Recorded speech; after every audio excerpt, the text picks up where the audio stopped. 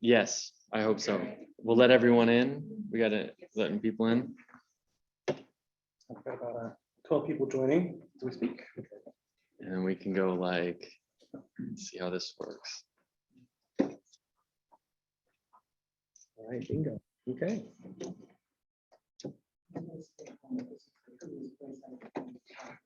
Get my face all turned around.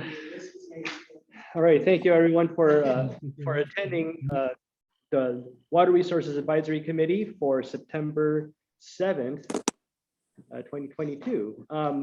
Before we get started, let's go ahead and determine quorum, and the only people that are present here that are voting members is what will establish a quorum.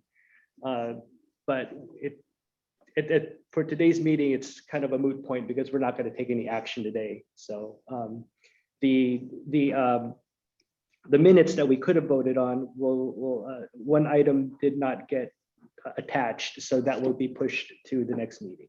So which one is that? just the minutes. The roll call record was not included. So. Oops. And as far as the attendance today in person, Brendan, would you mind giving us the count for that? Yeah, I've got 6. 6. Okay, so we have 6, which we don't have a quorum, but that's okay. So while we're here, maybe start with introductions. Yeah. Oh, hi, I'm May. I'm engineer 1 in the county's water resource division, and I just started a little over a month ago, so I'm still pretty new. This is my first back meeting. All right, welcome. Christine Mulholland, environmental at large. Shipping. Coastal San Luis Resource Conservation. David Chipping, environment at large. EB, almost CSD. Hello, Dolores Howard, environmental at large alternate. Julie Ridgway, City San Luis Obispo. I'm Evelyn Frederick. I work for the county. I'm an engineer as well. So I'm a transportation engineer for fun. Me too.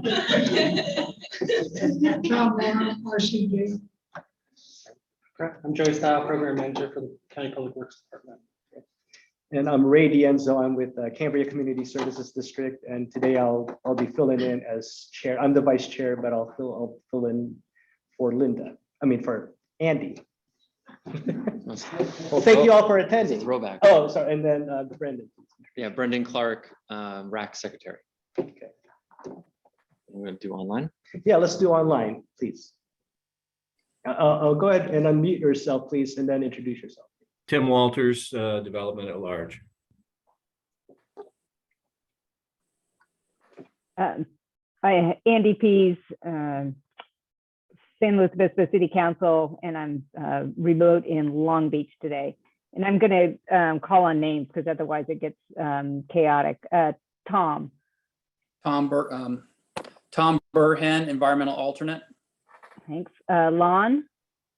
Hello, everyone. Lon George, Aurora Grande City Council. Thanks. Arlen. I'm Erlen Singwald. I'm the division manager for long range planning with the county. Great. Alex. Hi, I'm Alex or Alexandra Vichka with Creek Lands Conservation. Great. Thank you. Robert. Hello, Robert, Grover Beach City Council. Thanks. Kylie. Kylie Hensley, County Planning Staff. Thanks. Nick. Nick Teague, Water Resources Manager, City of Slow. Thank you. Jenny. Jenny Williamson, Administrative Assistant with Public Works. Right. Steph. Hi, Steph Wald, Creeklands Conservation, Environmental Alternate. Thank you. Brandon. County of San Luis Obispo, Public Works, Water Resources Division. Thank you. Alan. Unmute yourself. Okay, now I'm Alan Duckworth, 5th District Representative. Oh, great. Thanks. Willie. Yeah, Willie Cunha with the Shannon San Juan. I'm a tourist though. Okay. Patricia. Patricia Wilmore. I'm sorry, it's, That's okay. yes, No. Patricia Wilmore, Paso Robles Wine Country Alliance. Thank you. Thanks. Julie. Julie Tacker.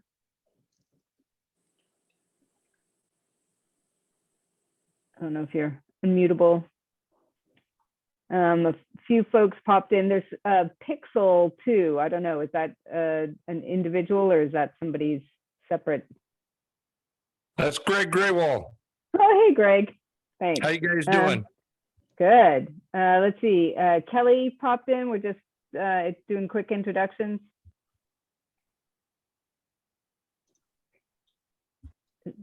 Kelly, name and organization. Okay, I'll assume audio not quite there yet. Kathy Martin. Okay, and then I feel like somebody else popped on. Did I miss anybody? Steve Sinton. Still connecting. And Brent, I see Brent joined. Hi, Andy, Brent Birch at Farm Bureau. Oh yeah, Brent. I knew there was somebody else that I saw his name flash by. Thank you. All right, anybody else want to jump in? I think we got it. Thanks, Ray. Okay, well, thanks. Oh, and yeah, Steve. Hi, Steve Steve. Sinton. Thank you. Christine, you had a No, I was just saying there's Steve. Okay, thank you all for attending. First, let's keep moving through the WRAC agenda. So let's do agenda number 3, which is receive presentation from Creeklands Conversation regarding the stream flow enhancement program. And I believe we have a presentation, and I believe Alex Wichka is going to present. And Alex, please take it away. Yes, and I did not pre-send you my presentation, so if you can give me control, I will screen share. Yeah, you should be able to screen share. Okay. Got it. All right.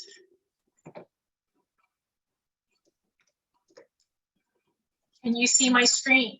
just a minute here in the room. Okay. There we go.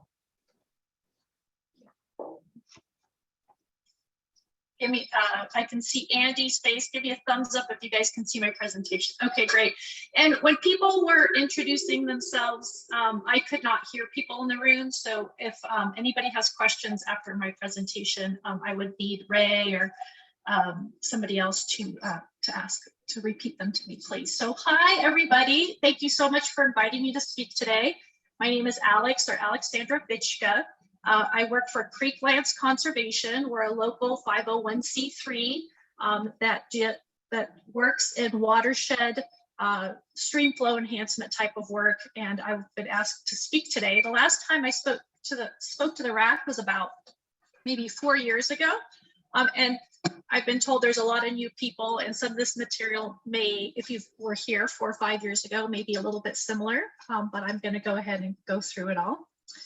So Creeklands Conservation, we used to, our work is to conserve and restore both freshwater and coastal marine ecosystems throughout California's Central Coast. We work from Big Sur to Ventura, but we're located here in Arroyo Grande.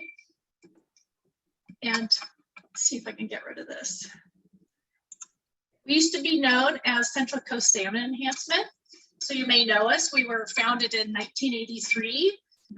We have a salmon raising heritage. We used to raise salmon for commercial fishermen, but we rebranded ourselves in 2019. About for 15 years now, we haven't been doing the salmon raising. And we have 3 mission drivers, and that is watershed restoration, coastal marine restoration, and conservation science education. Here's our staff. We've been growing. We have about 8 staff. This is me here, Alex. I'm the science director. Also on the call today is Steph Wald, our watershed projects manager. I think Don was going to join us, but I'm not sure that he's here. He's in the room. Yes, okay. And we have a lot of partners. Most importantly, we have private landowners, growers and ranchers, municipal agencies. Cal Poly is a large partners of us, as well as various state and federal agencies and local like-minded nonprofits as well. And so in our watershed restoration program, we do a number of things, but one of our sub-programs is stream flow enhancement, and that's what I've been asked to speak about today. We also do watershed planning, stakeholder outreach, fish passage, etc. You guys can read that there on your own. So today I'll be talking about the stream flow enhancement program. So, well, what is stream flow enhancement? I perhaps should have had a slide that says what it is. It is practices that on the landscape that result in more water in our local creeks and rivers. And why do we do it? We do it to enhance surface water resources, but also groundwater resources, which are hydraulically connected to surface flows. And we do that so that there's more water for people and fish.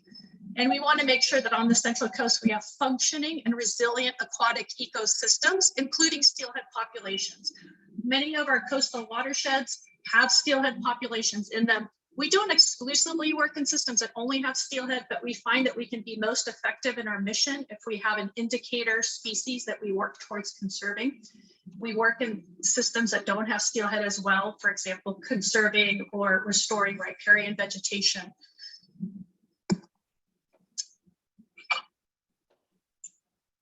So let me tell you a little bit about the evolution of stream flow enhancement work at our organization, Creeklands Conservation. We've done a number of studies that are relevant to stream flow enhancement that I'm just very briefly going to tell you about. With our partners, we've done an environmental water demand study for all of SLO County, which essentially allows us to estimate the minimum amount of flow that any creek or river needs so that steelhead can survive through the spring and the summer. Just the minimum amount of flow. It's kind of a back of the envelope estimate type of approach. We do low flow monitoring throughout the county, seeing if there's enough water. We do that through spatial mapping as well as point flow measurement and continuous flow measurements throughout the county. And we found if you ever take flow measurements in creeks, you will know that when the water gets low in the spring and the summer, it is very hard to measure it using traditional methods. And so we got a grant and partnered with the Irrigation Research Training Center and Dan House, and we evaluated all the traditional methods that are out there for flow monitoring and refined them for low or even what we call micro flow conditions, which is less than 0.25 CFS, which many of our streams have in the peak of the dry season. I won't be getting into those studies today. Rather, I'll be talking about our current stream flow enhancement efforts, which range from a planning stage to an implementation, post-implementation stage. The 4 watersheds we're most active in right now is the Morro Bay watershed, San Luis Obispo Creek watershed, Santa Rosa Creek watershed, and Toro Creek watershed. So how do we do it? The first thing we do is we outreach to private property and water right holders to look for individuals who want to conserve water on their property to make sure that there's more water for people and fish. And once we're invited onto a piece of property, or then we need to assess if that reach can support perennial flows and if it's beneficial to attempt to enhance in-stream flows. We don't want to spend a lot of money and effort trying to bring flows back where geologically or historically there were no flows. And then we develop the actual projects themselves to secure the water. So how do we do that? Here are some ways that we do that. And I should say many of our projects are in partnership with various partners. We do not do this in isolation. One of the main strategies that we try to employ is off-stream storage and release into the creek. So this might be a pond or a tank that captures rainwater, or that we divert flood flows into during the winter, store it, and then release it directly into the creek, say at the peak of the dry season. We might do the same strategy where we build ponds or tanks, but that water is utilized by humans rather than being released into the creek. if that property owner has a diversion from the creek, which in our area, as most of you know, is not a surface diversion, but it's a shallow alluvial well that's hydraulically connected to the stream. So by pumping less, there's more water left in the stream for the ecosystem. We also do targeted groundwater recharge of groundwater aquifers that are hydraulically connected to streams. We work with humans, with people, to reduce water use. Again, with partners who are using shallow alluvial wells that are diverting water through their wells that is hydraulically connected to the stream. And perhaps one of the more innovative approaches is to actually modify the channel morphology or floodplain connection to increase groundwater recharge, or to actually change the way the water flows through the creek to push more water to the surface from the shallow subsurface flow that flows below the stream. So very quickly, I will try to give you a couple examples. One area that we're working is on Pennington Creek. This is in partnership with Cal Poly. Pennington Creek flows through the spring, and then in certain sections in the peak dry season, it dries out. And this is in areas that, based on our research, traditionally would have been flowing. And so we've partnered with Cal Poly's Escuela Ranch and their beef unit specifically. And the solution there, so the beef unit has some shallow alluvial wells that they use to provide water to their cows. And so the solution there is to build tanks to store rainwater and divert winter stream flows for use for the beef unit in the peak dry season, and to not pump from their shallow alluvial wells. And so the rainwater harvest portion of the project has been completed, and the Escuela Ranch has 4 tanks out there that harvest rainwater and store it. We're currently in phase 2, where we're working to build more additional tanks and to divert winter storm flows to store in those tanks, so that their entire water usage for the dry season can be offset for the beef unit. We're doing something very similar along San Luis Obispo Creek in Cuesta Park. If you've been there, you know that it can dry out in the summertime. This is a Cuesta Park, both upstream and downstream. It's prime steelhead habitat. And so we're partnering with the city of San Luis Obispo to retrofit currently an existing reservoir called the Fox Hollow Reservoir. It's right on your right side of the 101, right before you start going up the grade. It's a sunken reservoir, and we're in process of developing engineering designs to retrofit this reservoir so that it can both capture rainwater and also to divert peak flows from San Luis Obispo Creek in the peak winter season, when there's floodwaters going out to the Pacific Ocean, divert some of those winter flows into the reservoir itself. And when we do this kind of work, we do collect a fair amount of data to tell us where to discharge that water in the summer so that it optimizes habitat. So here's the reservoir right here. There's a pipe that goes under the 101 and actually comes out into Cuesta Park. This reservoir was part of San Luis Obispo's water drinking system through the 30s and 40s. And so it's actually in remarkably good shape. But we walk this, or we make observations of this entire reach, and we know that the yellow is intermittent pools and flowing sections. And then the red is, but then also dry sections. The red is completely dry. And then this is continuously a perennial across all water year types. And so when we add water to Cuesta Park in the peak dry season, we expect it to enhance flow in this lower blue section. And then also our goal is to kind of expand this perennial section a little bit upstream. And there are appropriate geologic conditions in here for us to achieve that. We just started working in Stenner Creek in partnership with Cal Poly. Stenner Creek has a lot of valuable habitats, a major tributary to San Luis Obispo Creek. So this is San Luis Obispo Creek. This is Stenner Creek subwatershed. Here's the city of San Luis Obispo. Here's Cal Poly, and we've been monitoring and looking at how the flow changes in the dry season throughout Center Creek. And we're just starting a project, kicking it off with Cal Poly, looking at how various practices that Cal Poly and we may be partnering with the city of San Luis Obispo, hopefully, to look at how we can enhance stream flow in Center Creek. Last but not least, really quickly, is a different type of project, because we're working with agricultural landowners, about half a dozen agricultural landowners, and this is the Santa Rosa Creek watershed. The yellow dots are all diversions. As you can see, kind of in the upper Santa Rosa Creek, it's mostly ranching, not a lot of diversions. Then you get into the middle Santa Rosa Creek, and we have quite a few diversions.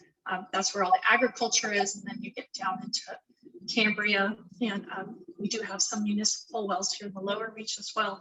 We're working with agricultural landowners in the middle reach that primarily grows things in the whole middle reach. Things like avocados, citrus, grapes are some of the primary crops.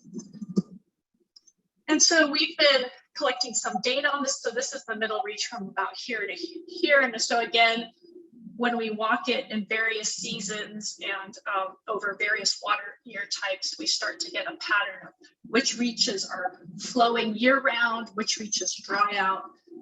And so we're able to know, and we have partners throughout this middle reach to know, if we add some water up here, where is it going to pop out? Where is it not going to pop out, type of thing.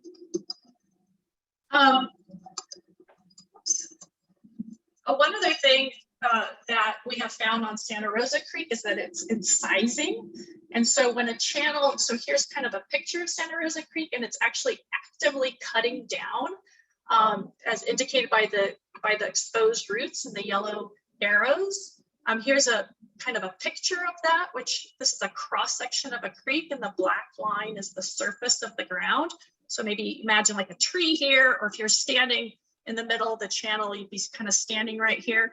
And what happens with incision, due to various causes that we don't have time to get into, but essentially the creek erodes down and incises or cuts down vertically. And so this black line is, say, what the creek used to be at, and this dashed line is hypothetically where this creek is going to incise into. And because shallow groundwater resources are connected to surface flows, when the creek cuts down, the groundwater level drops as well, and you lose groundwater storage capacity. So unbeknownst to anybody, if you're not aware that channel incision is happening, no changes to land use or water practices, the creek can incise and you just fundamentally lose groundwater storage capacity. And that is happening in Santa Rosa Creek. And so what are our solutions? On-farm practices such as changing, improving irrigation efficiencies, mulching, some engineered structures, tanks, ponds, like I've talked about, and then this more unique idea that I just mentioned at the end, which is to arrest the channel incision, reconnect the floodplain, and to add clay subsurface barriers. So just very quickly, I love this clay subsurface barrier idea that that hopefully we'll get to implement in Santa Rosa Creek or elsewhere. Our partners are currently implementing it in Northern California, because it actually, you don't have to generate any new water to create surface flows. So this is Santa Rosa Creek here. These are large woody debris dam structures, but then there's these logs here that span the channel, and here's a profile. And so here are these logs that span the channel, but beneath the logs is a clay subsurface barrier. And so what happens is, so this dashed line is the surface of the creek. Shallow flow that's just beneath the surface hits this clay, can't pass through it, and rises to the surface, and it generates surface water where there was none before. This can only be done in certain conditions where the geology is right, but if it can be done successfully, then it would generate surface flow just by pushing shallow subsurface flow to the surface. So I think that's kind of groovy. That's it. Thank you very much. All right, thank you. So do we have any questions from the group here?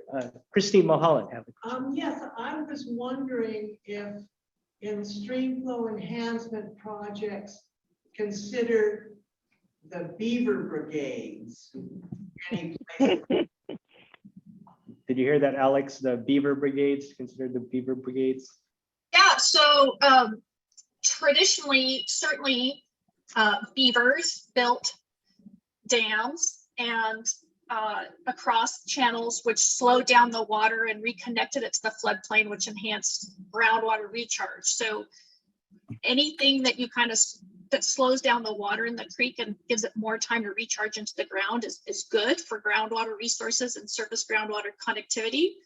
Of course, we can't bring back beavers everywhere anymore because we have cities and that also causes flooding. But in certain select areas where there is the space to do so, we call them beaver analogs.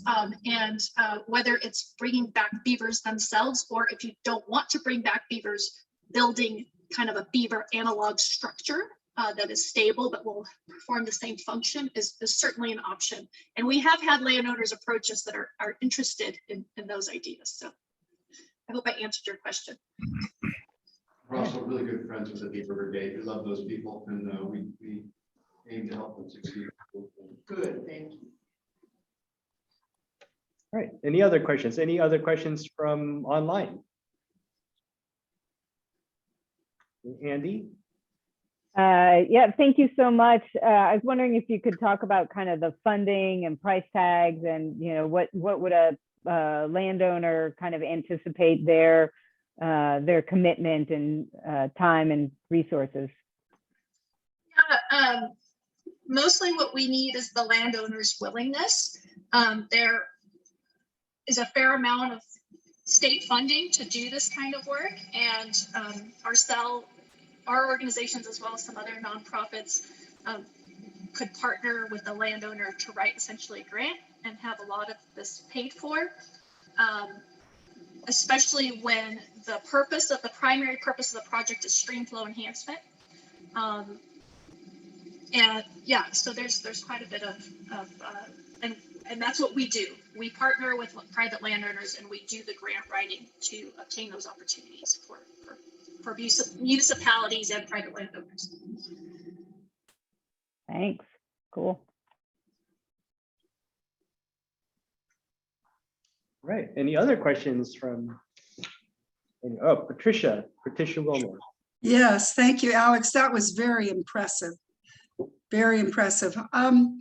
Has there been any investigation or thought about either Jack Creek or Willow Creek in the Adelaide area as potential sites for the kind of work you're doing at Santa Rosa Creek? Santa Rita or Santa Rosa? No, the work you're doing at Santa Rosa. I'm wondering if that can be applied to Jack Creek or Willow Creek in the Adelaide area? Absolutely. Jack Creek in the Upper Salinas watershed, Jack Creek and Santa Rita Creek are the two highest quality steelhead bearing streams in the Upper Salinas. And the hydrology is certainly there to do that kind of work. We have not had any success to date in finding partners, and we would love to if you know of anyone. Since I work for the Paso Robles Wine Country Alliance, yes, I do know of some who I think would be interested in hearing more about this. So I'm sure we'll get your contact information, and then perhaps after harvest season is over, I could have you share some of this with some of our members. I should mention that the Land Conservancy of SLO does have a stream flow enhancement project on Upper Santa Rita Creek. So there is one project in that area, and we would love to partner more. So, yeah. Okay. All right, thanks. So Nick Teague, you have a question? Yeah, Alex, thanks again.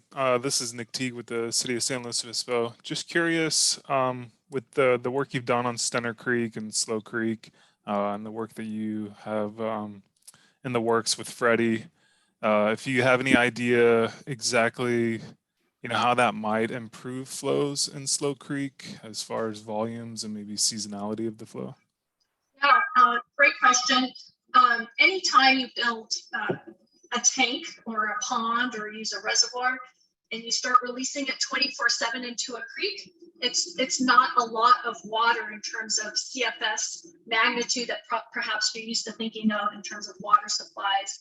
But even a small amount can really be ecologically significant. And so that Fox Hollow Reservoir, when it's full, would allow us to enhance stream flows from anywhere from 0.1 CFS down to 0.01 CFS is our target.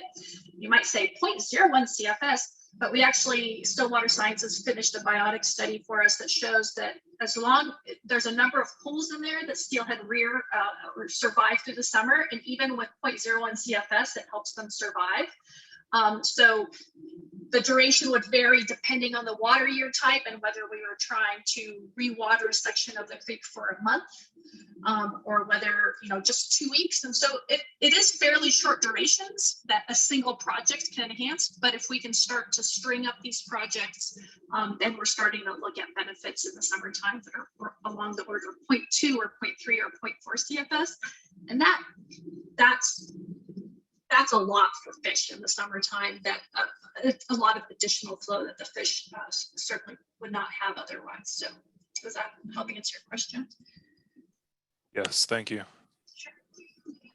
Right, Andy Peets.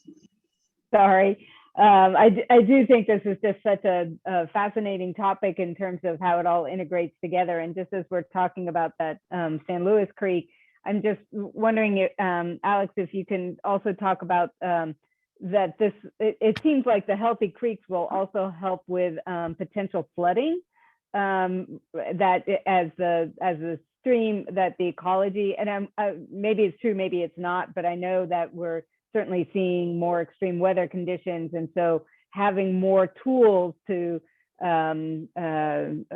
absorb rainwater, that it's in, a healthier stream system or in a Fox Hollow, is that part of the consideration and analysis and kind of a stormwater management perspective? So some of our strategies would be more effective at flood attenuation, like the floodplain. Like if we have areas where we can really reconnect significant floodplains, they could store a lot of water during floods and help attenuate those floodwaters. But something like the Fox Hollow Reservoir, which is only a little bit under 2 million gallons, it's really not enough when you're looking at those really large floods to take off much water to reduce flood risk. But the nice thing is if you can capture that water in the winter, you're not really having an impact on anything, and then you're storing it, either using it for humans in the summertime or you're releasing it back into the creek in the summer. So it depends on the project type as to how much it can help flood risk. Yeah. Great, thank you. Okay, well, I think that's the end of our questions. Well, Great. This Greg. is Greg Graywall. I'd like to ask a question if I may. Go ahead. Thank you, Alex, for your presentation. I'm concerned a lot about the Salinas River and the fact that for 75 years, the live stream agreement and the things that have happened in the Salinas River for the recharge of the Paso Robles Basin has been interrupted. And we have non-native plants. We have our connectivity has been damaged. We don't have steelhead. We have homeless. You have 4,000 acre feet of wastewater from Paso Robles being dumped in there that they're going to recharge pretty soon. There's going to be less 4,000 acre feet flowing in the river to the north. There's a lot of different things. How do you get around these diversions with the State Water Control Board and Fish and Wildlife? Every time you do a project, they consider it a diversion and they want to charge some kind of fee or come up with some kind of thing why you can't take the water that falls on your land. There's a lot of questions in there. Are the types of projects that we do are a small parameter space solution for certain types of problems. They're certainly not a fix for everything. And in some cases, groundwater, shallow groundwater is connected to streams, and those are the kinds of projects we work on. And in some cases, the deep groundwater is not connected to surface flow, as is the case in the Paso groundwater basin, the deeper groundwater that you're talking about. And so that wouldn't fall into the category of stream flow enhancement projects. And feel free to reach out to me. We can chat more about all the questions that you had in there about wastewater and other things if you like. Thank you.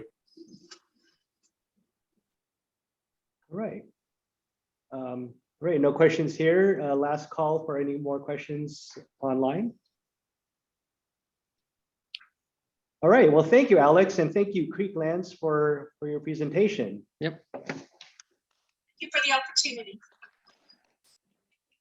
All right, so our next agenda item is to. Excuse me, please, Ray, before we Go ahead. forward, I have a question for Brandon specifically. I didn't need Alex to be involved at this point, but my suggestion is that perhaps with so many of the questions we just heard about being involved with San Luis Creek, perhaps she'd be willing to come to our next WRAC Zone 9 meeting, or one of our, we haven't had one. When we meet at Zone 9 next, this information I think would be just even a truncated portion of what she gave us here would be really appropriate for the Zone 9, because a lot of them are on the San Luis Creek. So would you think about that? Yeah, That's what they're about, that maybe put that on our agenda. Yep. Thank you. I'm hearing what you're saying. Yep. I've got a procedural issue about this meeting, and that is, can the people hear us on the floor?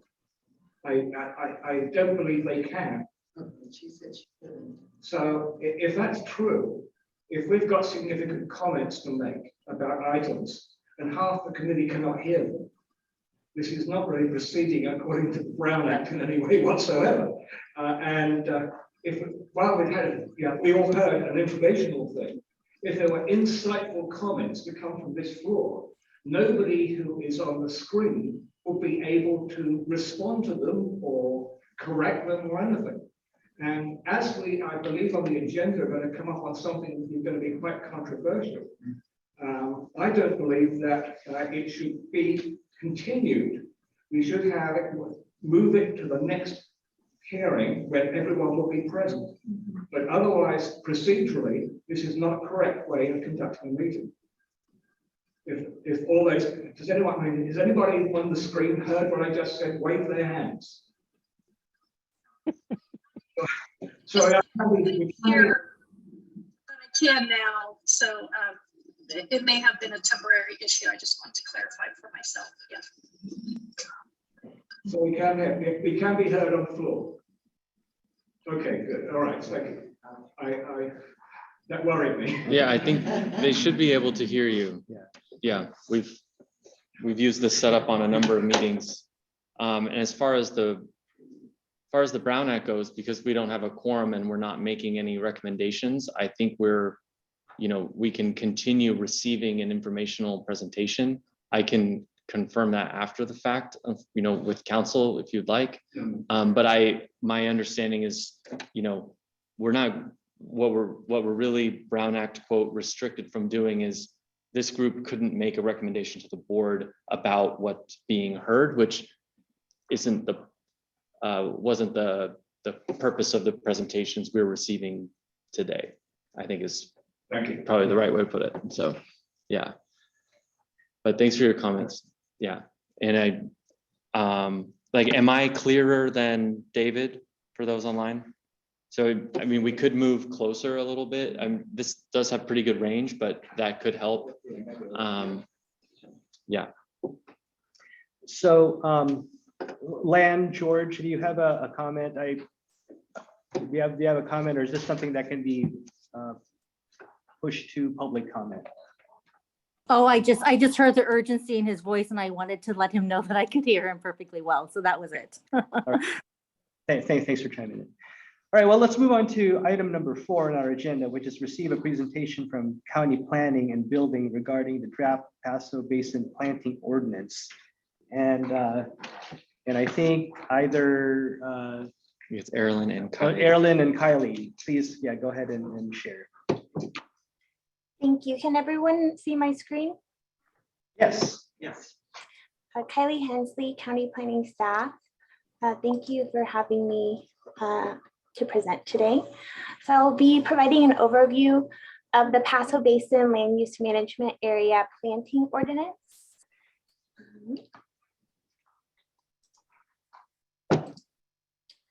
So first, I will be sharing some background information about the existing agricultural offset requirements for the Paso Basin area, then go into the objectives of the planting ordinance, timeline, a brief project description, the format of the ordinance, and then the environmental review.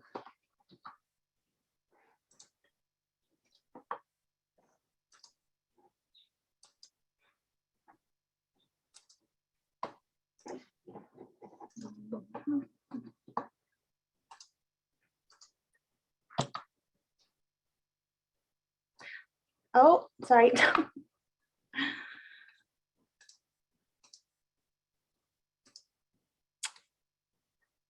Excuse me, I'm just going to stop sharing for a moment.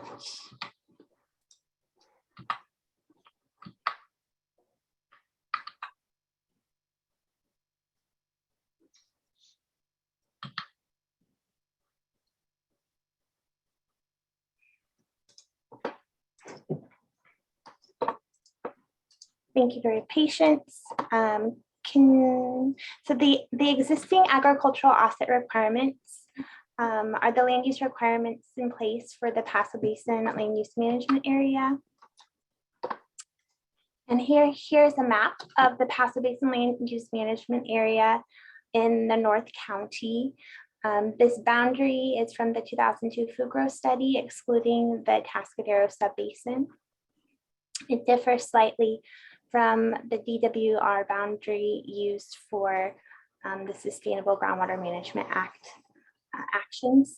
So the agriculture offset requirements require ministerial land use permits for new or expanded irrigated crop production using groundwater in this area.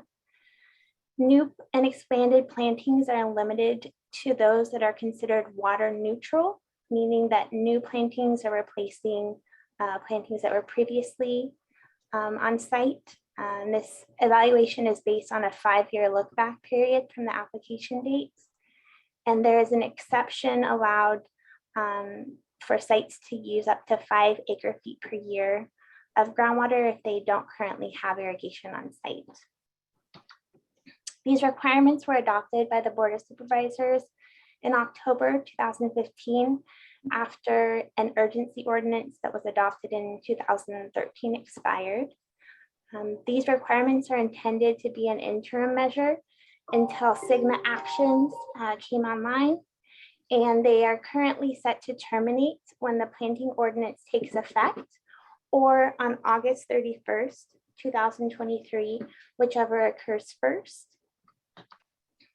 The planting ordinance, the objectives for this project are to continue to exercise county land use authority to regulate new commercial plantings using groundwater wells within the Paso Basin Land Use Management Area, using ministerial permits that are not subject to CEQA review, to require water neutral new crop plantings, to allow an exemption for farms to plant that are not able to under the existing agricultural offset requirements, to conserve groundwater resources for use by production agriculture, to support a healthy and competitive agricultural industry, and to encourage and facilitate smaller production agricultural operations. Here's an overview of the project timeline. This project was authorized by the Board of Supervisors in January and April of last year. The contract to prepare an environmental impact report was approved last summer. A notice of preparation and initial study were published for public review last August. We held a scoping meeting for the environmental impact report on September 1st of last year.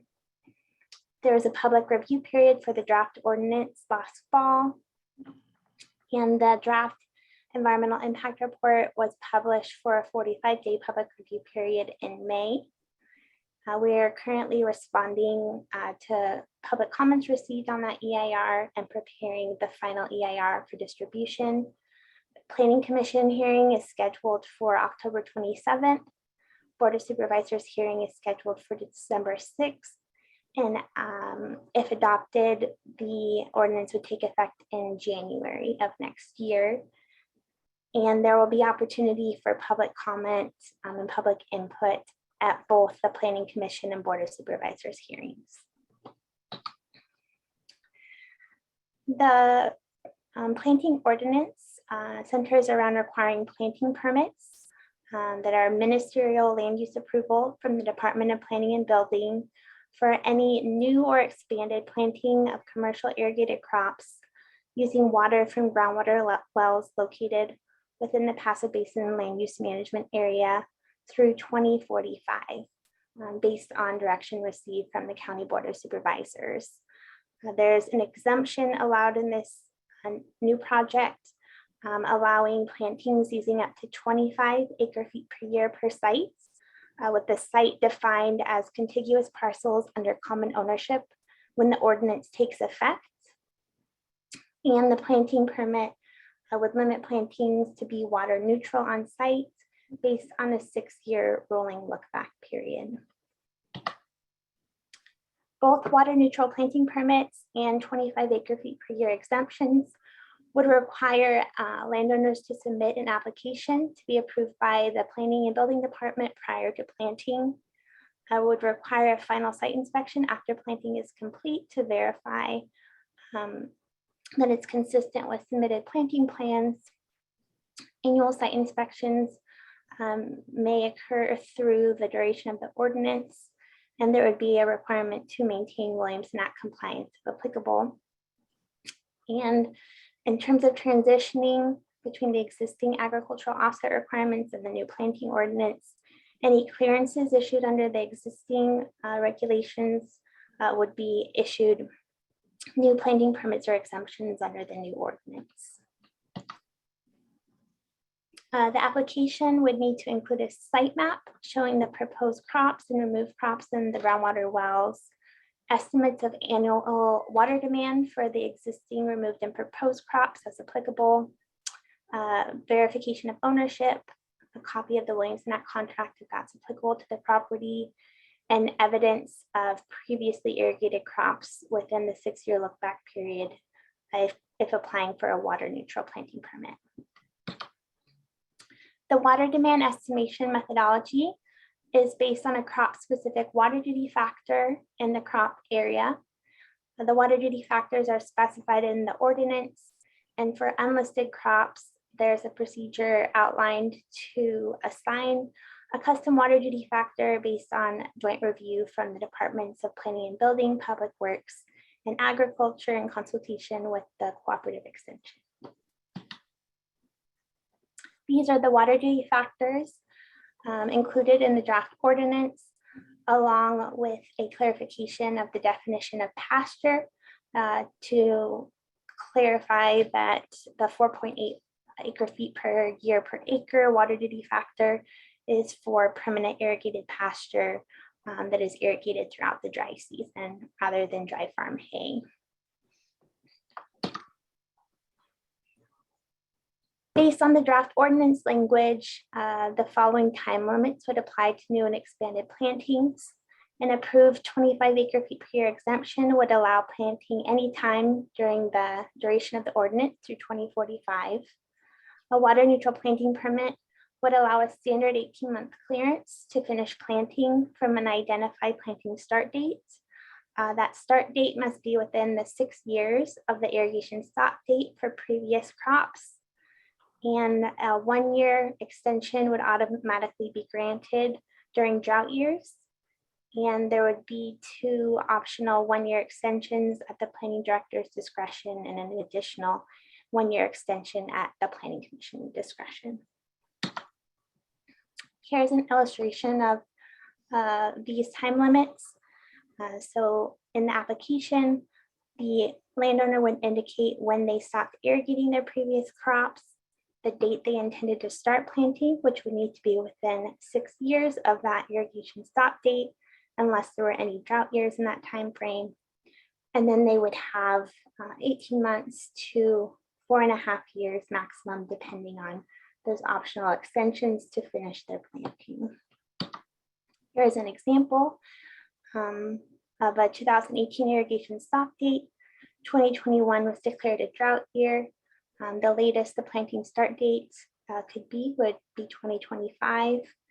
And then there would be the 1.5 to 4.5 years allowed to finish planting.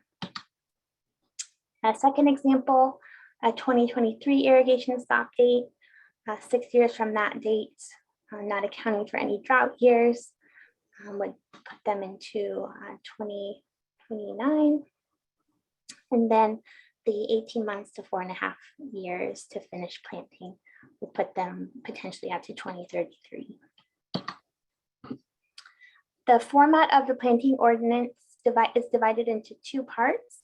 The first part is amendments to the county ordinances, to Title 8, the Health and Sanitation Ordinance, updating references in the wall construction and modification ordinance to reference the new planting permit requirements rather than the existing agricultural offset requirements.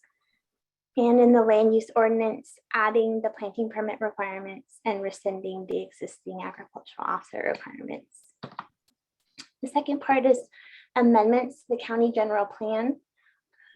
These are required for the ordinance amendments to be consistent with the county general plan. Changes to the agricultural element proposed are changing the agricultural goal of supporting agricultural production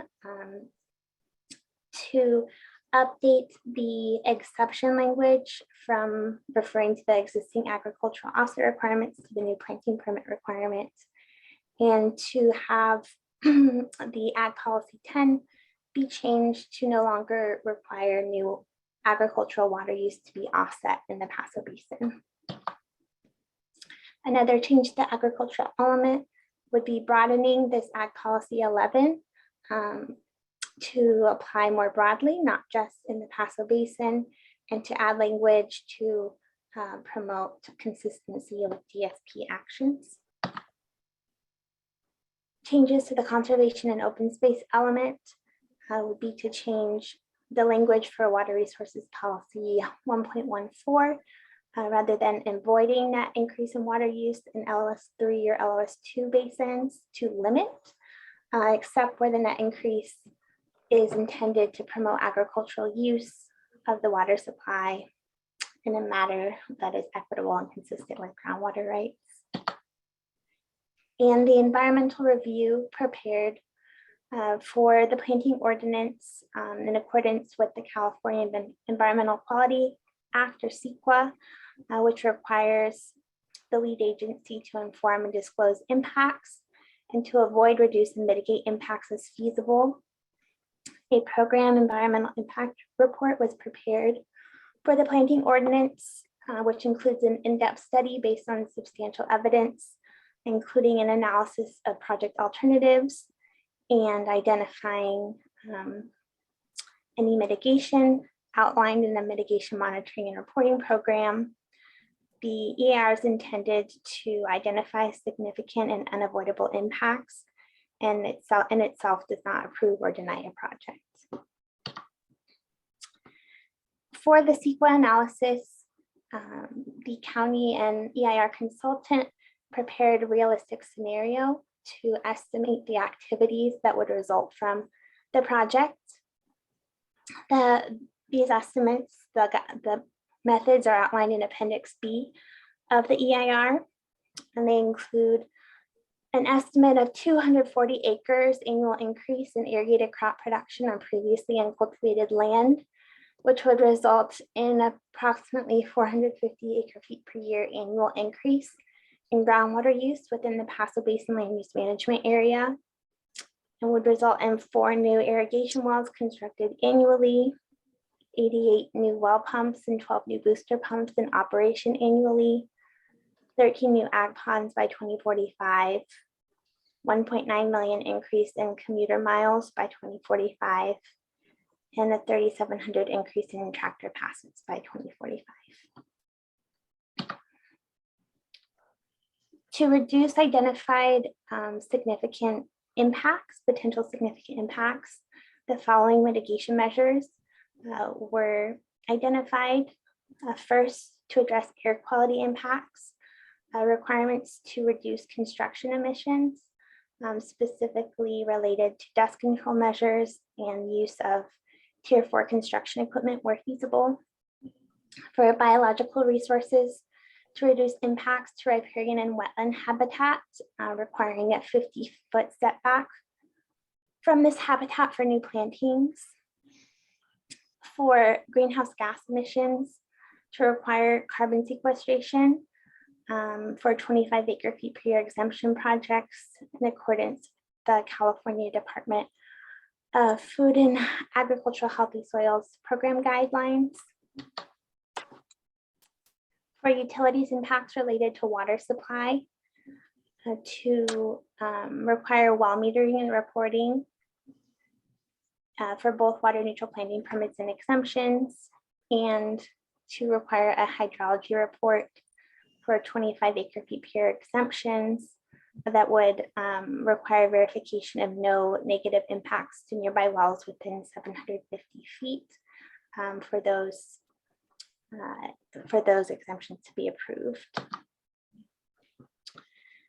Even with these mitigation measures, the EIR identifies significant and unavoidable Class 1 impacts to these environmental impact areas listed here.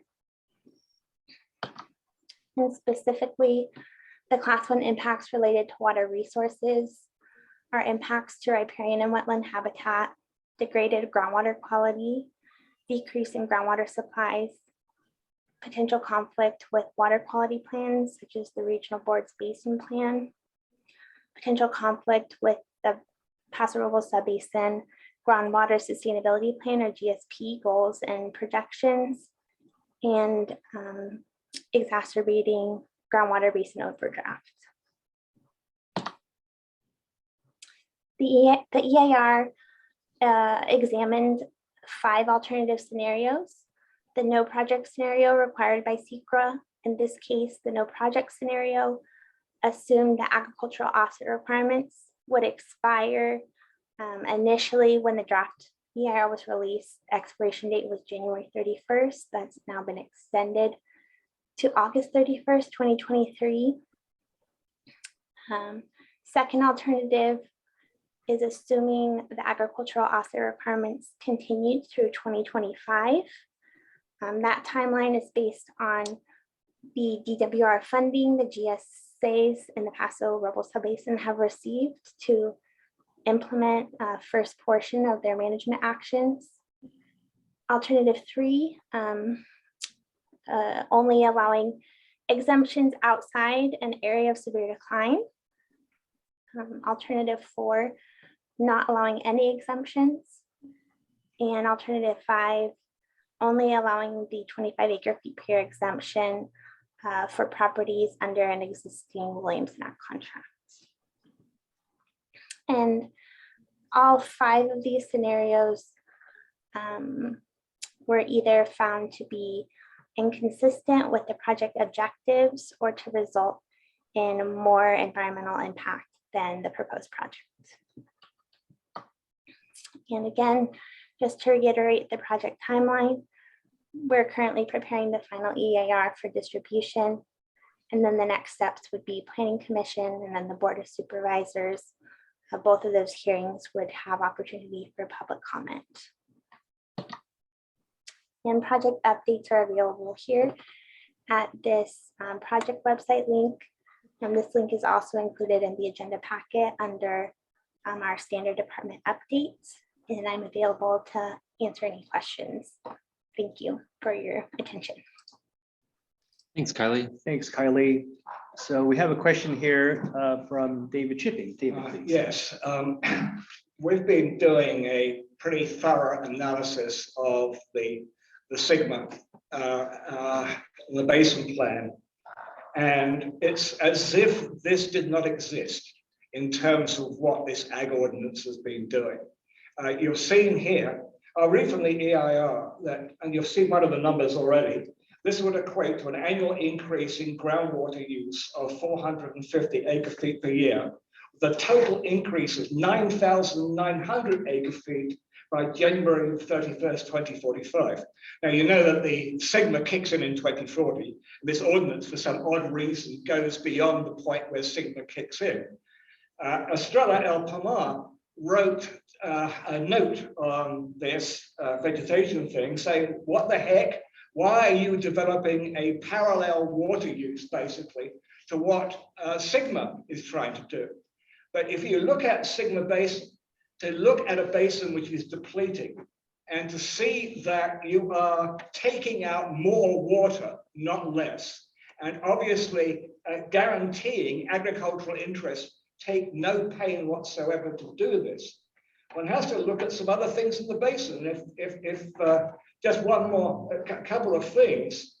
If you look at the Sigma stuff, and you look at other uses in the basin, the use by the city of Paso Robles, for example, during that same time goes up. Their river wells between 2020 and 2040 are going to increase from 3,609 acre-feet per year to 4,200 in 2040. Their deep wells, 954 acre-feet to 2,378 acre-feet over the same period. So you have the city of Paso Robles taking out more water. The actual document itself shows that there's a major difference between inflow and outflow to the groundwater basin in the actual Sigma plan submitted by the county. So how the heck they get to come up with added water demand by the ag sector in the fact that every other corner of the water market is going down, I don't quite understand. The concept apparently is that we're meant to bring this basin up to the levels when the MOA was signed, which is 2017. We're already way below that. Almost every year since that MOA is signed, the basin has gone down. There is absolutely no indication whatsoever that unless we have something like an 18 to 20% drop in water use in the basin, that we have a hope of stabilizing. So I really do not understand anything about the logic behind this, except as possibly a water grab by the agriculturalists. So I'm sorry I went on so long, but I have a whole bunch. We have broken down all the numbers of Sigma. We can prove what the statistical demand would be. We can show you the climate effects using the California climate models on expected ET in the basin. We've got a number of things that we can show. And if different issue, not part of the comment, but I will be prepared to make a presentation for this at WRAC at some future time, so you can see how the numbers run out. I'm sorry I went on so long, but I would like a response on what are you going to do about the added 9,900 acre-feet per year at 2045? How is the county going to gel that with Sigma? Thank you, Mr. Chipping, for your comment. So in the EIR, that was one of the significant impacts disclosed that would result from the planting ordinance is a potential conflict with that GSP goal to reduce the existing water demand by allowing an increase from the existing conditions. And in terms of the objectives of the ordinance, the board direction that we received was to allow that 25 acre-feet per year exemption to allow sites that haven't been able to plant under the existing agricultural offset requirements to be able to plant moving forward. And the findings of the EAR also acknowledge that that increase in groundwater production will increase the burden on the GSP actions to mitigate those effects. Thank you. Before Christine, Patricia, do you have? Yes, David brought up many critical points about the continued deficiencies in the basin. And he's absolutely right about that.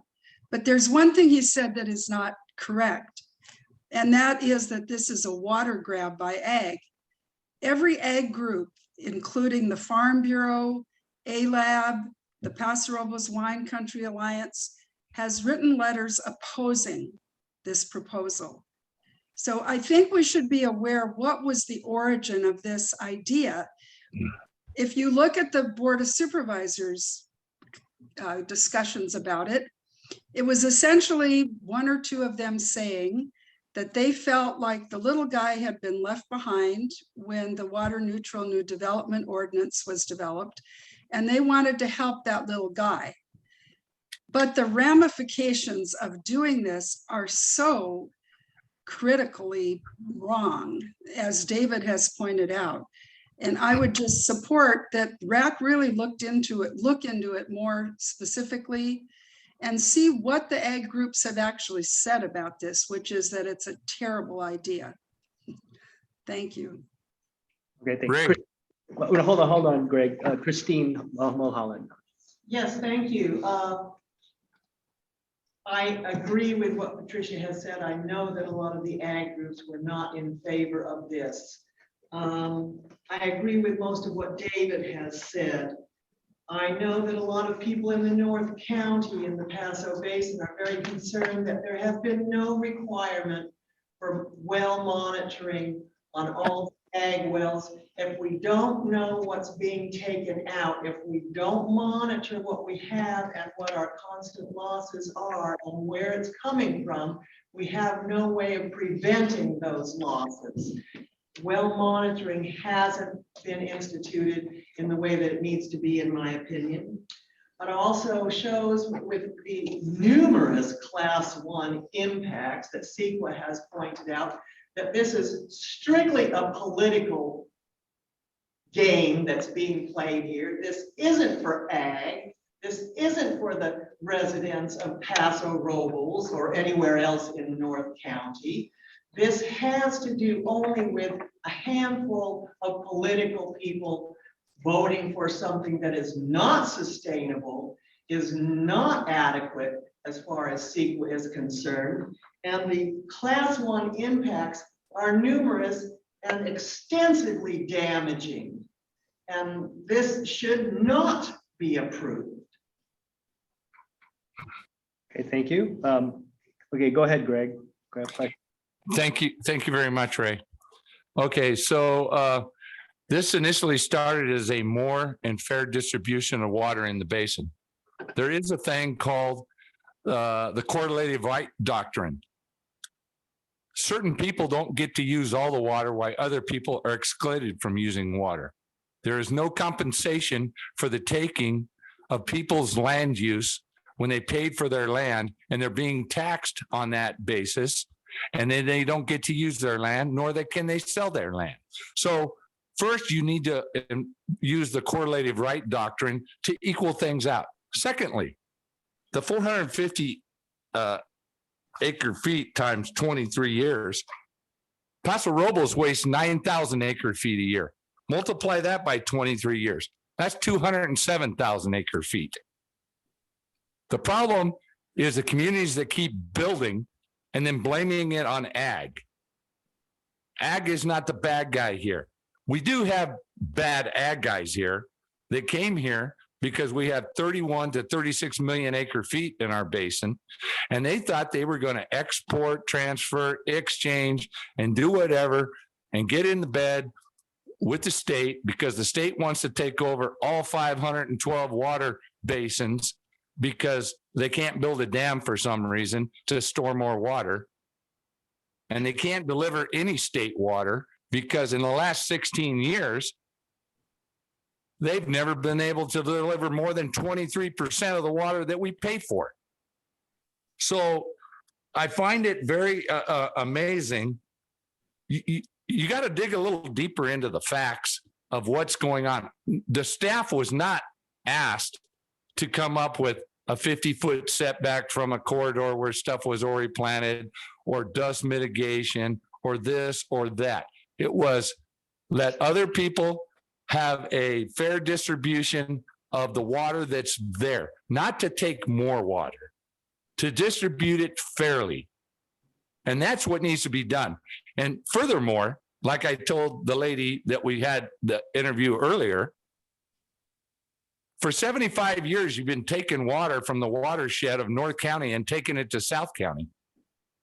That's damaged the North County's water basin. And nobody can disregard that. There's 75 years of history to show it. Thank you. Thanks, Greg. Okay. Andy, please, question.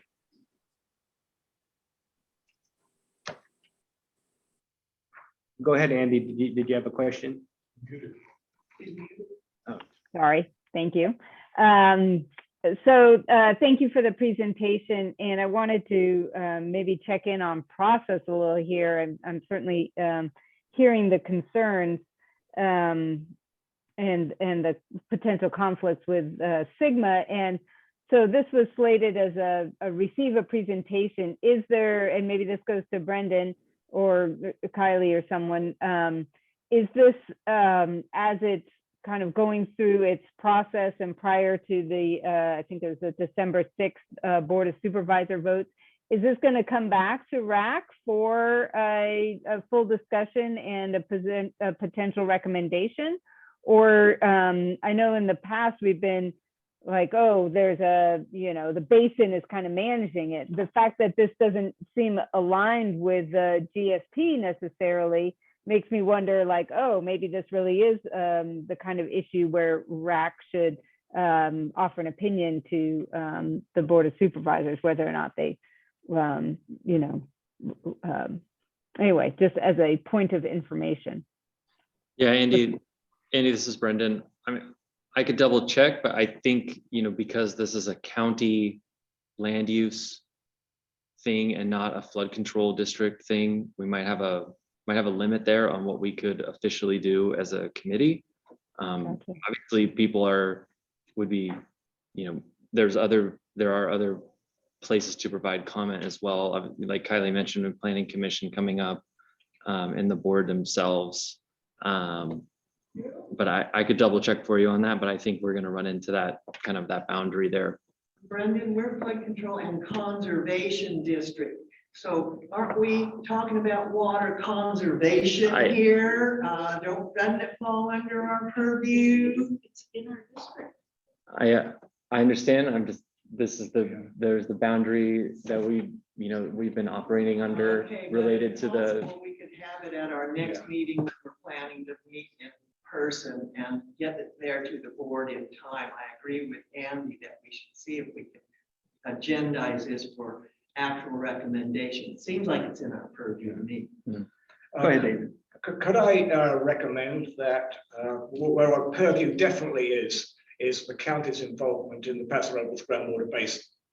And as this is pertinent to water uses in the groundwater basin, that is the nexus for bringing it in. So I would suggest, and I'm prepared to be an actor on providing some information with others, we have a session dedicated, at least in a large part, to opinions and data on the Sigma reports that are going in, and how everything that is being done by the county gels with the goals of Sigma to restore the basin. I think that would be an excellent thing to have as a meeting. And I believe the next two meetings don't have anything on their agenda significantly, so we could do that then.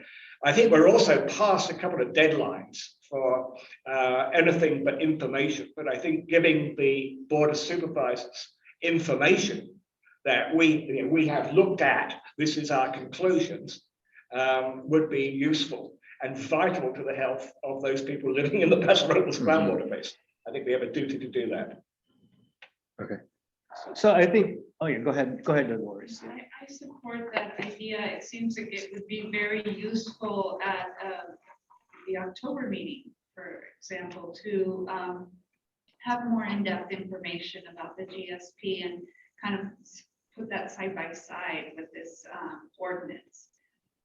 They do seem to be in direct conflict with each other, and I'm not sure that we have an opportunity to really discuss the GSP as either. So could we consider? Sorry, Ray, could you repeat, let us know who said that comment? That was Dolores Okay. Howard. Thank you. So could we consider for next month's meeting to have like an ad hoc committee be formed? Because I think like we could have that in time for a November agenda for the RAC to consider.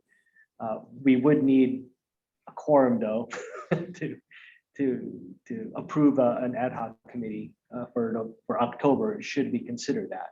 So that would be my suggestion. But Brent, go ahead, please. Thank you. I had a question for maybe Kylie or Erilyn. I know the timelines had a little bit of difference between the first and last slide on the dates for the planning or the final EIR, I should say. My question is that October 27th Planning Commission? Has the Planning Commission adopted that? Is that a tentative date? And then when would we know for sure when it's on the Planning Commission docket?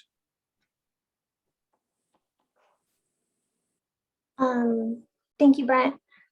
It is not officially on the docket, but there is room for it on the docket, and it's going to be added to the docket probably by this Friday. So it is still a tentative date until the agenda is published, but that is very likely going to be the Planning Commission date, October 27th. And that's to allow us to get to the board by December 6th. And there was some change in our board dates. A few dates got removed from the calendar. So that's why we shifted that meeting into the end of October instead of in November. Like we had, I think at our APRC and ALAB meetings, we had been saying November for Planning Commission. Do you know is it like the Board of Supervisor agenda? You get the full agenda the Tuesday or Wednesday before the Yes. Thursday? Or? Yes, the agenda packet will be published by the Wednesday before the Planning Commission meeting. That would include the staff report and the Planning Commission draft of the ordinance. But we are anticipating to publish the final EIR with the responses to comments before that packet, ideally before the end of this month. Okay. And on that same vein, I'm sorry, I keep rambling on. On that same vein, there's no really correlation between the publishing and the final EIR. There's no waiting period for it has to go to Planning Commission. That is the last step in the EIR process, correct? Once you publish that, there's no rebuttal and no follow-up with the county in that respect. That's correct. And as part of the Planning Commission hearing packet, we'll be bringing the CEQA findings and the mitigation monitoring program as additional documentation. And while I've got the floor, Erilyn, is there any follow-up from our conversations with you and Supervisor Arnold and County Council about, I don't know, 2 or 3 weeks ago? If there's anything you can share, it may be too soon. So there has been follow-up discussion with our council. So Carly, do you want to go ahead and kind of give a summary of what we came up with in response to the Farm Bureau's comments? Sure, one moment. Let me just pull that up.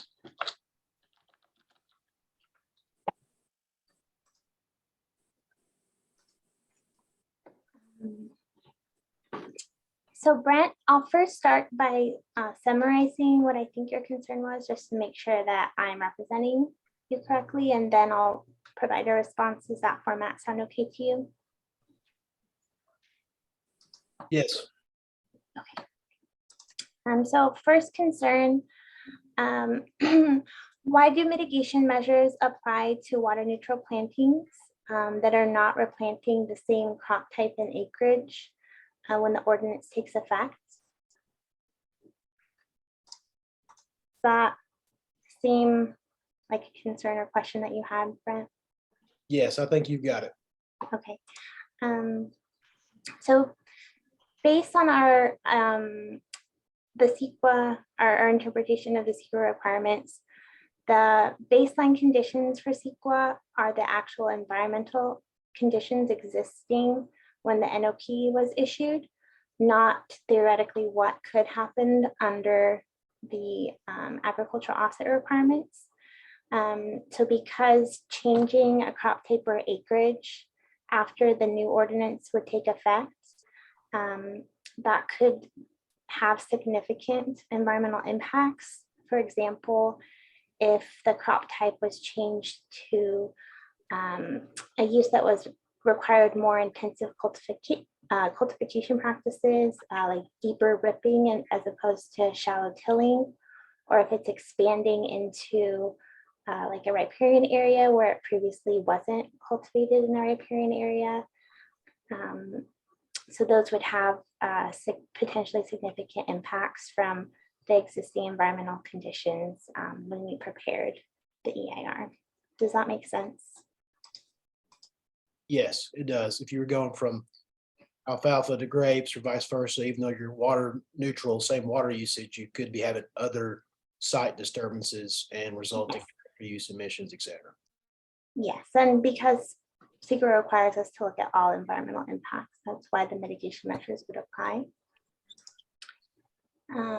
And then second concern, I believe you had for the first concern, I think we could also kind of confirm that the mitigation measures, however, would not apply to replanting of the same crop and same acreage. Even if it's a different location, if it's the same crop type and same acreage, then those concerns about different cultivation practices and different amounts of land area being affected are not present. So the mitigations would not apply in that case. For which mitigation measures would that be? The riparian BIO1 riparian wetland setback? That would be for all mitigation measures. And we're actually, as part of our response to comments to that comment in your letter from Farm Bureau, adding clarification language in the ordinance itself that replanting same crop type and the same acreage would not be impacted by the ordinance. They wouldn't need to apply for a planting permit. Okay. Okay, question from Thomas online. Go ahead, Thomas, unmute and ask your question. Yes, thank you. First, I want to comment and say I fully support the comments of Davis and Christine, and I appreciate the clarification from the ag interests that they do not support the ordinance in its current form. That's very helpful. I did want to ask one question for Kylie. Is that when should it get past the Planning Commission and go to the board, despite all the Class 1 impacts that had been identified, the board could adopt it if they issue a statement of overriding consideration? Is that correct? Yes, that is correct. And thank you. I didn't go into that in my presentation. So those statement of overriding considerations that will be brought to the Planning Commission for their consideration and recommendation. And then their recommendation, whatever it is, will be passed along to the board. And the board would have the authority to either adopt or reject those findings. Okay, great. Thank you. Hold on, David. I'll ask Willie. Go ahead and ask your question, and I'll go back to you, David. Go ahead. Thanks, Ray. Kylie, I see on your site you've got the project milestones. You're going to post today's presentation or make it available to us? So this presentation or this meeting is being recorded and will be available on WRAC's website. And I can add a link to this meeting recording on the project website as well. That's a great idea. Thank you. So that'll be a visual recording? I can also post the PowerPoint slides without my. That's what I was talking about. That's what yeah. you're asking? Sure, yes, I Yeah. can post that PDF if it would be helpful. Mhm. Great, thanks, Kylie. All right, go ahead, David. Kylie, this thing is pretty specific in terms of mitigations and things like that. And that's good, I guess, from the part that doesn't take all the water away. But the GSP states very vaguely, because the GSP is thoroughly inadequate in itself, that the most likely response to a continued degradation of water supply will be cluster related. That is, the idea is you'll find a region, wells will be clustered into sort of recognition regions. And in that hard-hit area, that region would then suffer well reductions in terms of what they can take out. How does your rules with this thing gel with what Sigma might do? Who rules, Sigma or the Ag Ordinance? Thank you. And that issue came up a lot in the comments that we received on the EIR. And Sigma, so the Sustainable Groundwater Management Act, explicitly states that Groundwater Sustainability Agency authority doesn't supersede the local land use authorities. So they coexist. One doesn't override the other. In terms of like practically how, if this ordinance was adopted and then GSP management actions came online, potentially some sort of area-specific pumping reduction program or some sort of voluntary alternative program, they wouldn't supersede the other. So the landowner would be required to comply with both. So for example, they could have a planting permit issued by county planning and building saying that they have an approved planting plan, but then they may choose to enroll in some sort of voluntary program with the GSP that would reduce the approved acreage or change the use on site. So they would exist in parallel. They wouldn't supersede one over the other. Thank you. Okay, any last call for questions or in person Oh. or online? And I just want to note that we didn't finish responding to Brent's comments. We just started on the first one. And I know that there's other things on your agenda today. So Brent, we could follow up with you offline potentially? Yes, you're good. And I know you'll have to respond in the EIR process. So what I heard today was helpful and nothing else needed today, but thank you. Ray, if I may, I would like one last little comment. It'll take 2 seconds. Okay, go ahead. Kylie, and this is for you. You just talked about how Sigma and the county land use work together. You also have to consider what's in the state California Constitution and what groundwater law already exists, and that supersedes both of those. Thank you. Noted. Thank you. Thank you. Okay. All right, well, let's, well, thank you, Kylie and Erilyn. Thank you for your presentation, Kylie. So, let's go on and move to agenda number 5, our ongoing updates.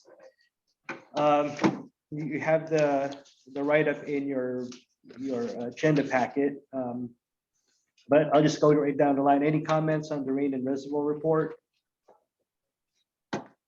Okay. How about the the California Drought Monitor Summary? All right. The groundwater basin management efforts. Any other comment? How about 5D, the integrated regional water management? Any comment on that? Yeah, I'll provide an update on that one. Okay. The Regional Water Management Group met this morning and also met a week ago. We're in our project scoring and selection process, and the RWMG had a recommendation this morning that we'll bring before the WRAC for review in October to include in our application for the next round of funding Central Coast Blue, the City of Morro Bay's indirect potable reuse project, projects in Oceano, our flood control water conservation district master water report update, and one of the small San Miguel projects. So that's what's recommended in our suite of projects that we'll bring before you in October. If you recall, in May, we had presentations from all those project sponsors here at a joint meeting. So that happened this morning, hot off the presses, and I'll have a more kind of formal update in October. Okay, thank you. Yeah. All right, how about the master water report? Any? Yeah, we added this as an ongoing update. As this is a really huge project for the flood control district. And so, we are underway with our consultant, and we're targeting November, as you'll see in the future agenda items, we're targeting November for an in-person public workshop to go through with the committee as well as the public, whoever attends, on what we've been working on as it comes to our master water report update. And we're working on what we're talking about right now are called workflows. So if we know we want to have a water supply and demand table for a certain water planning area, what's everything that goes into that in a visual presentation. And so we're trying to put those together. So when we actually get to the data and the system and the programming, we have all the roadmaps done. So we're looking to present what we've got so far in November. Great, thank you. Yeah. All right, state water project. Okay. I'd like to say something about the state water project, if I may, Ray. Okay, go ahead. Well, we just know that the grand jury just told the county they need to move $6.5 million that they've had for 10 years from the sale of water into the proper fund that they didn't have, with no interest that was paid on that $6.5 million. The other thing is, for 16 years, all the way back to 2007, we have been supplementing the subcontractors in South County to the tune of 42,500 acre feet of water that was taken from the taxpayers, I'll say, part that paid for the 15,000 acre feet of unallocated water, because the state didn't deliver what they were supposed to deliver. That's an amount of water of $11+ million that hasn't been compensated for. And the grand jury recommended that the county should ensure that all funds derived from past, future sales or exchanges of county state water project allotment should be credited to the state water contract fund. I want to know, I've been asking for years where this money was from the sale of these things. Plus, in 2014, the subcontractors, which don't have a right to store carryover water in San Luis Reservoir, only the county does. They're supposed to be the managers of our water. They gave the water away. They didn't have any water to sell, but somehow they were able to sell 1,400 acre feet of water for $350,000. How is that possible? I got a lot of questions about what the grand jury needs to go and where this money is. We should have about $40 million in this state tax fund for the people that get no advantage from state water, but yet we keep paying for it on our property taxes. Thank you. Okay, thanks. All right, how about various county water programs, policies, and ordinances? Okay, how about 5H, open reporting on water conservation opportunities and information? Any added comment on that? All right, let's move on to agenda 6, which is future agenda items. So we have the current agenda items here that we would suggest. October 5th, water reuse projects, a presentation from Wallace Group, if that's still happening. That's scheduled for the 5th. I believe so. Okay, and then IRWM project selection. And then also, like what I would like to suggest consideration of an ad hoc committee for the comments to the, based on Kylie's presentation. But I have a 25 slide PowerPoint on a breakdown of the GSP. Okay. I don't know whether the RAC wants to hear it or not, but I think it would open up stuff for discussion, and it gives basically an indication of where we're likely to be in 2040 when Sigma comes in. And I've sent it to review for a number of people. They have not found any numerical problems with it. So I don't know if we're going to agendize that. I think it would be interesting to RAC to listen to, but up to you guys. Okay. Yeah. Well, my suggestion was, that noted, David, thanks. But my suggestion was like, part of the consideration of the ad hoc committee is to parse out the things that we have purview over as the RAC. So, but yeah, we will consider that too. Andy, did you have a comment to add on that? And we can figure it out in between, but I was going to inquire if the 25 slide presentation could be culled down to 5, just to give an overview of all of RAC, and then otherwise the detail might go to an ad hoc. But we can check in with Brendan and make sure we can even consider the item. So I'll follow up with you on that, Andy. I would suggest, Andy, that this is more important than 5 slides. That we are dealing here with a terrible condition that we're going to be in 2040. That we seem to be digging a deeper hole to get into. And I think it's worth having that put out. Now, it does give an opportunity for other opinions, but unless we are informed about one of the most major water issues in this county, I don't think RAC can soundly make decisions. So 5 slides doesn't handle it. And, I've got numericals on where extrapolations, calculations based on past history, etc. They go by fast. I'll give you that. I also have a text version, which is 1.5 pages. There's no pictures whatsoever. But I would like to see RAC at least have a look at it, if it's possible. yeah, I think. Sorry, I was just, David, I wasn't trying to diminish the importance, only to differentiate between RAC as a whole and an ad hoc committee that would certainly warrant viewing of all 25 slides. That's what I was sorting. So. Right, Christine, I would like to let you know that I have seen the 25 slides.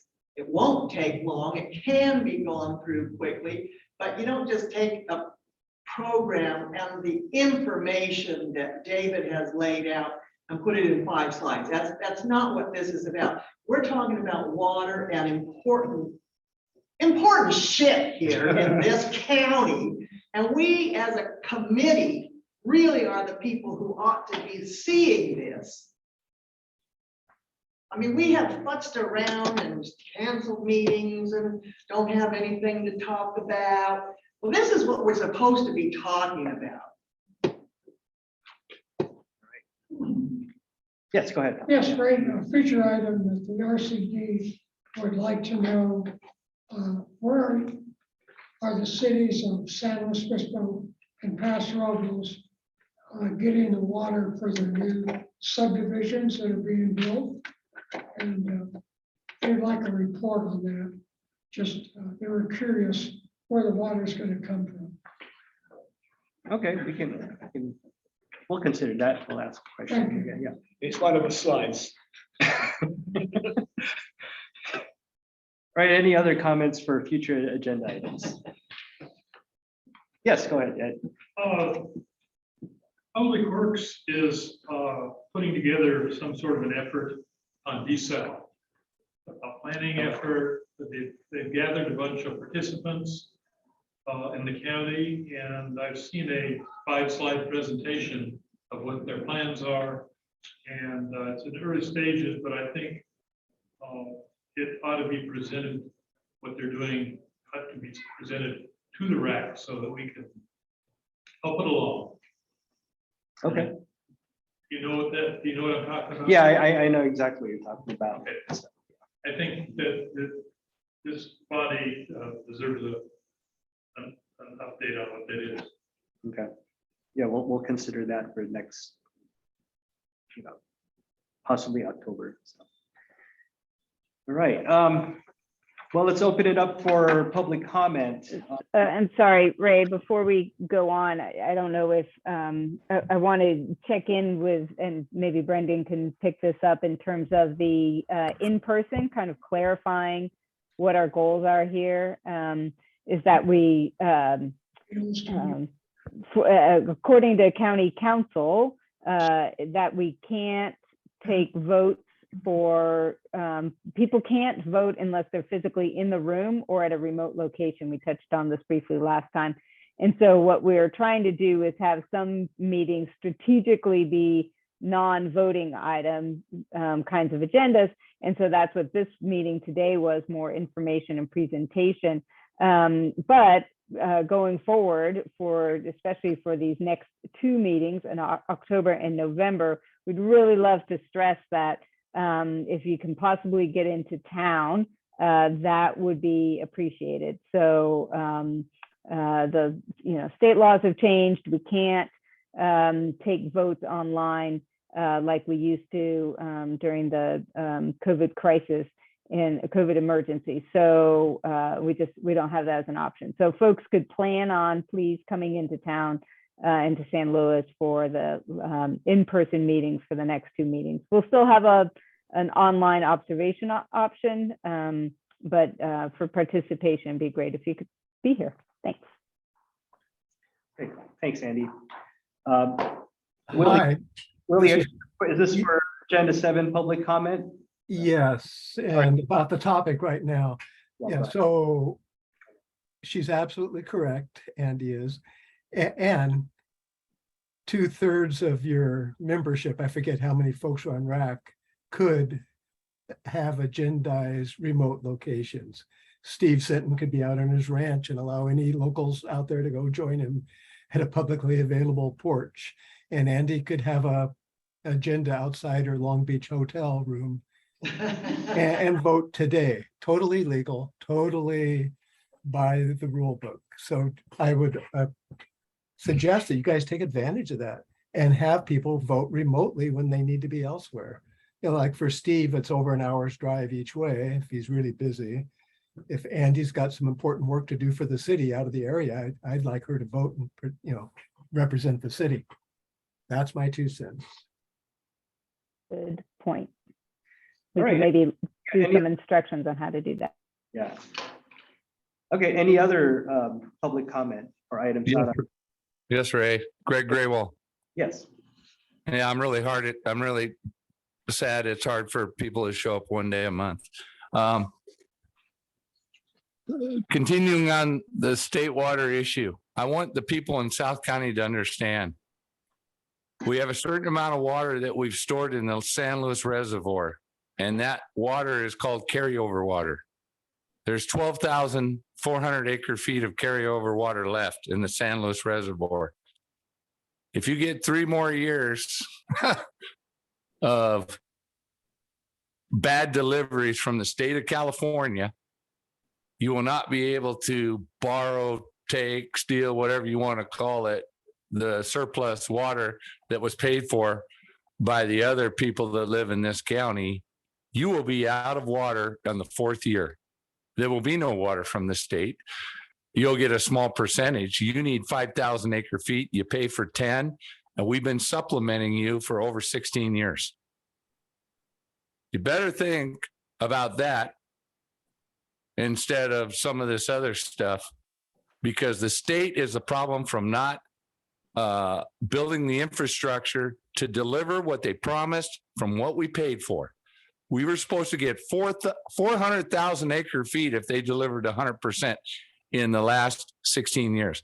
We got 23.5%, 93,000 and some change. that would not be my investment. If other people think that's a good investment, good for them. But better be thinking about what you're going to do when the state's not delivering. We have so many reports that were done claiming that state water was going to be this thing, that we were going to use this unsubscribed portion of the state water. It's never been delivered. It's been used behind our backs. Think about it. Thank you. Hey, thank you. All right, yes, Christine. Yeah, just a little bit on the lighter side, but actually possibly realistic when we're looking at long-term climate change. I'm a fifth generation farming family in California, no water and fallowing land. A farmer with 25,000 acres of almonds over in the valley saw that the writing on the wall, and he pushed out about 1,000 acres of almonds and didn't quite plant 1,000 acres out, but he is now growing agave. Now, we have a lot of alcohol farms here in our county, and yet from almonds and vineyards, agave takes a lot less water to grow, and you have a 6-year turnaround, and you've got a good drink right there. So this is happening in the valley already. Thank you. All right. Okay, well, if there's no other public comment, we'll go ahead and adjourn. So. Okay, thank you all. Thank you, guys. Thank you. Thank you.